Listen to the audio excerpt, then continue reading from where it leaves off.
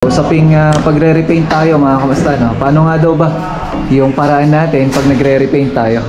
Alin daw ba mauuna sa pag-re-repaint? Primer o kaya masilya? Ngayon, magkikisame na ho tayo mga kamusta. Latag na sila para dun sa kisame natin. Sa ngayon, may pupuntahan tayo saglit. Susukatin kay Ma'am Saskia.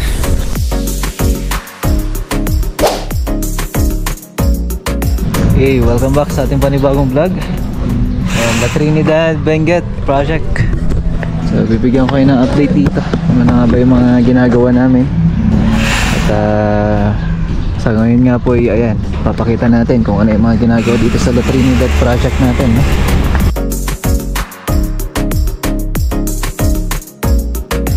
Ayan, no, simulan na dito na natibag. So kung napanood niyo yung vlog natin ng mga nakaraan, ito nga po na bakbak na ho yan, yung nasa baba kasi lahat ho yan kapak. Dito rin, ayan, ito papag-grind na rin natin to. Susunod na to na gra-grind rin kasi ang tinatapos lang namin ngayon ay yung preparation ng sa taas at nag-start na nga ho kami dito sa ceiling installation. So kung napapansin nyo to, halos nahubaran na. Bali backless na yung mga pintura natin na dati meron, at saka itong railing natin. So yung gabay na yan ay matatanggal na at mapapalitan. Ayan, Acrytex primer. So yan po yung pang primer natin sa ating mga columns, beams. Start na tayo sa kisame. Nandito na si Foreman Iddo, ating big one na matindi.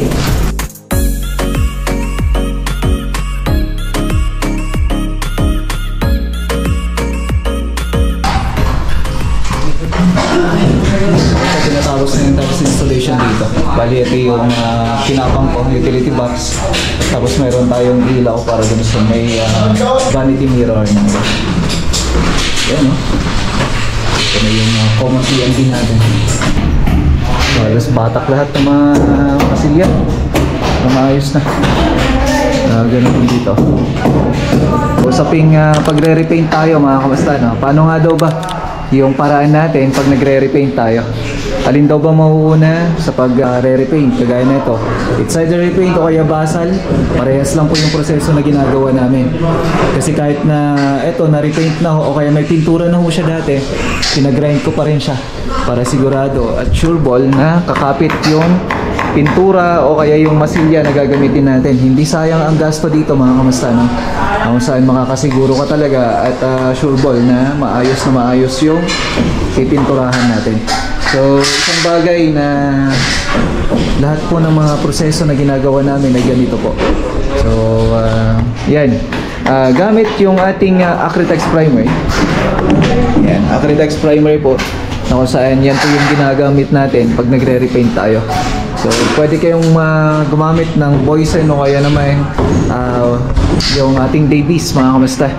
Basta ho maganda yung materials na gagamitin mo dyan, ay sigurado na walang magiging problema. So kung napapansin nyo to, yung sinabi ko kanina, alin nga ba daw may mauuna, primer o kaya masilya? Ang kagandahan kasi kapag nauuna ang ating primer mga kamusta, na kung saan ito po yung very recommended at saka naman bago pa nire-release ang mga ginagamit nating mga masilya, na kung saan yan ay ipapakita ko rin sa inyo, ay yung Acrytex primer na yan, dapat laging yan po yung mauuna. It's either flat latex o kaya Acrytex primer. Pero dahil dito sa Baguio o kaya dito sa La Trinidad Benguet ay malamig ang panahon mga kamusta, naniniguro kami na dapat malakas yung kapit ng ating pintura. So gumagamit kami dito ng Acrytex primer.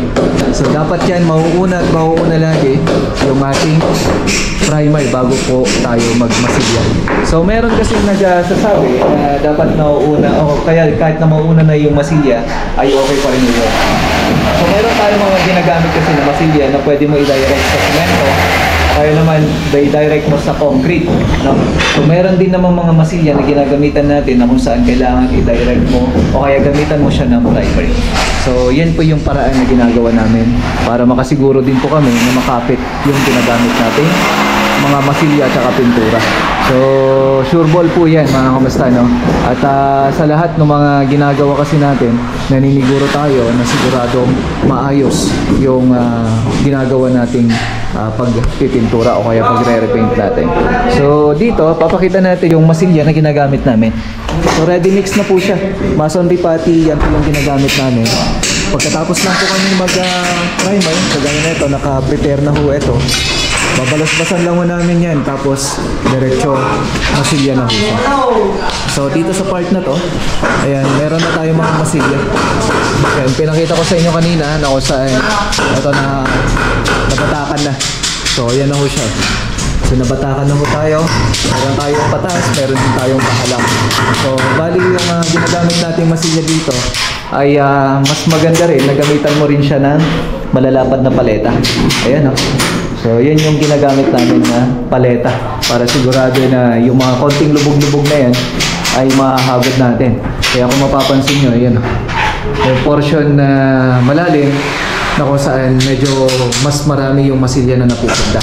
So yan, yan ang makikita na yung wall ay talagang mapapahiran lahat ng masilya natin. Okay? So after natin yan, syempre yung second coat natin na yan, gagawin na natin dyan mga kamusta, ay magpra-primer tayo ulit after natin magliha. So gamit yung sanding machine o kaya gagamitin mo ng block na kung saan mahaba, nasa 1 kip. Kaya yung nasa 12 inches, mas maganda para mas magaling magliha. So dito sa may part na to, kung napapansin nyo to, ito yung dati giniba rin natin na kung saan kapak. Kagaya nun sa mga biga natin, no? Kapak din ho yan. Yan yung pinalabas ko rin sa vlog ko dati na kumbaga talagang kusang nagtutok na po yan.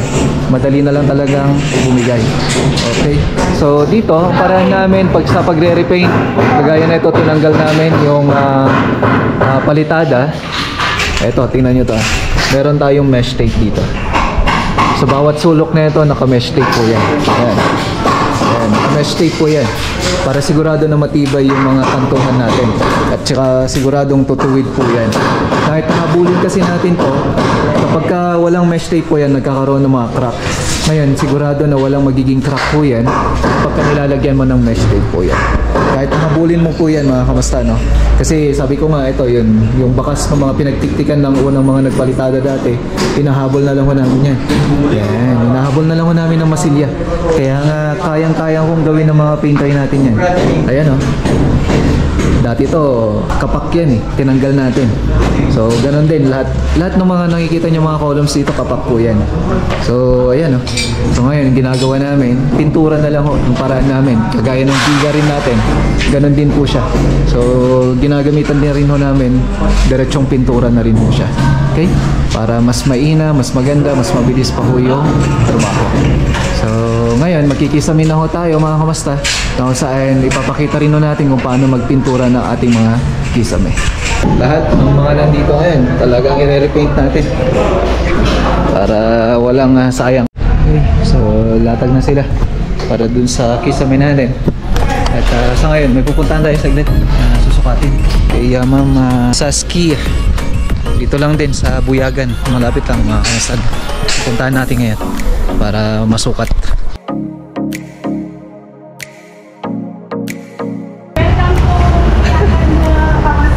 Ayan o, siya. Pinapalo mo kasi yung ano mo. Yes ma'am. Yes ma'am, sige po. Ayan, so abangan nyo ito sa hali. At troubleshooting. So balik na tayo dito sa site, no? At papasahod lang tayo saglit, then maya uwi na tayo. Umuulan na.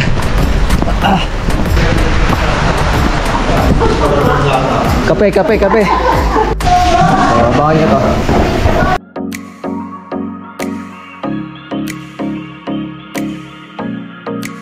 So uwi na nga tayo. Kita tayo sa sunod na vlog mga kamusta. Bye.